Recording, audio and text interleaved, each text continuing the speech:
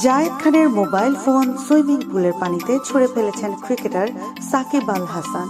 মাত্র 5 সেকেন্ডের এমন একটি ক্লিপ ছড়িয়ে পড়ার পর পুরো সামাজিক মাধ্যমে আলোচনার সমালোচনায় সয়লাব। তবে সবাই ধরেই নিয়েছিলেন পাতানো দৃশ্যটি নিশ্চিত কোনো বিজ্ঞাপনের পূর্বাভাস। অবশ্য তার জন্য খুব বেশি সময় অপেক্ষা করতে হয়নি।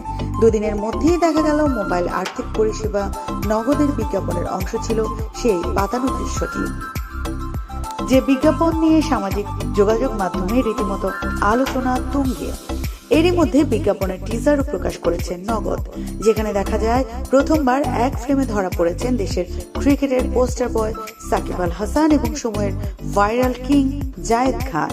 যে বিজ্ঞাপনে জায়েদের উপস্থিতির প্রশংসা করেছেন নেটিজেনরা। আর বিজ্ঞাপনটি যৌথভাবে নির্মাণ করেছেন মোস্তফা সরোয়ার ফারুকী ও